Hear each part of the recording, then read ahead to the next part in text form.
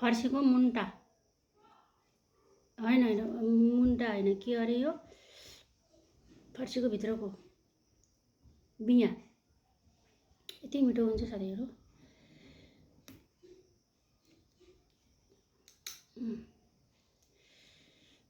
तराईमा घर किन्नु छ भने गर्मीमा आउनु होला साथीहरू है। तराई गर्मीमा घर किन्न आएको मान्छे भाग्छ यो गर्मी देखेर। यो दिउँसो आगो बाले जस्तो छ, त्यसमाथि बत्ती पात हल्लिने बत्ती जान्छ, घाम चर्किने बत्ती जान्छ होइन हो। त्यो बत्ती अब त दिनु हो नि, 3 घण्टा भइसक्यो बत्ती आएको छैन। मान्छे यहाँ फर्सी उमाले जस्तो भइसके गरमले। तराईमा बस्नु बेकार हो,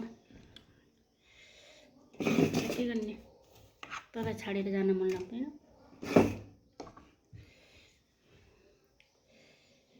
तपाईहरुकोतिर गर्मी छ कि छैन?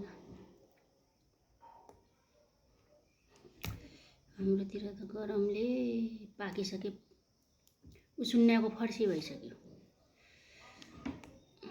फेरि यो खाना कति गाह्रो हो के, जति मिठो छ उति छिल्न गाह्रो छ। यो खानामा फेरि यति टेस्टी छ।